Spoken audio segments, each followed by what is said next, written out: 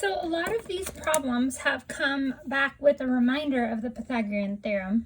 You should have learned this in 8th grade, but even if you did, it doesn't hurt to review because it's one of those theorems that just keep coming back. And so it's helpful to know. It works with triangles, it works with circles, it works with trigonometry, which is the study of triangles. Yeah, it's never going to go away, so it doesn't hurt to review it.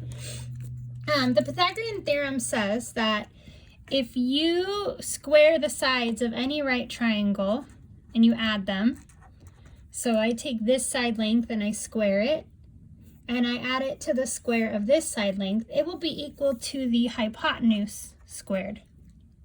And so here's an example of that.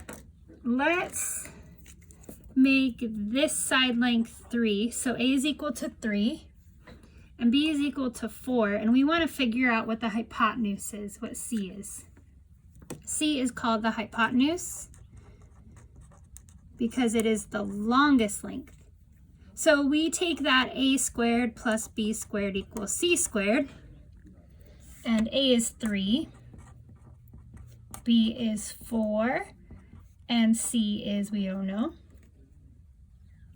3 squared is 9. 4 squared is 16. And then we add 9 and 16 and we get 25. So we need to square root both sides. You get plus or minus 5 equals C. Oops, sorry. But you and I both know that a negative length of a triangle doesn't make any sense. So it's not going to be the negative 5. We just care about positive 5. So the length of the hypotenuse is 5 units. So that's your basic Pythagorean theorem review. In our textbook, they are bringing in Pythagorean theorem as a reminder, and we're going to solve more complex problems using Pythagorean theorem. So they want to figure out what the x is on this rectangle. So again, A and B are interchangeable. So I'm going to let A be the 12 length and B be the 5x length, and C is always the hypotenuse, which is that diagonal between the two legs. It's also opposite the 90 degrees. So I'm going to take my Pythagorean theorem, and remember A is 12 meters, B is 5x meters, and C is 37 meters. So grabbing our calculator, because I don't know 37 squared off the top of my head, 12 squared is 144. 5x squared is 25x squared because we square both pieces. And 37 squared is 1,369. So now we're left with a problem that looks very familiar from what we've been working on. I want to get that x squared alone. So I'm going to subtract the 144 away.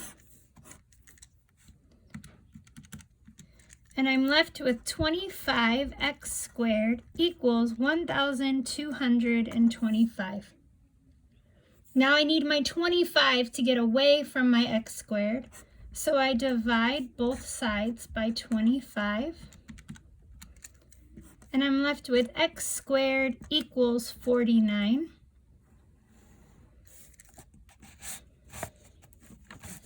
I square root both sides.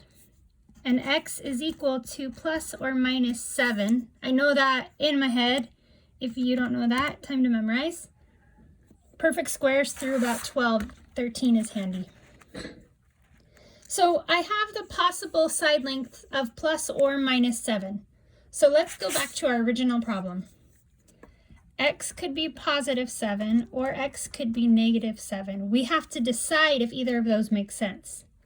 So if I were to put a positive 7 here, I get 12 and 35. That makes sense because 37 is still the longest length.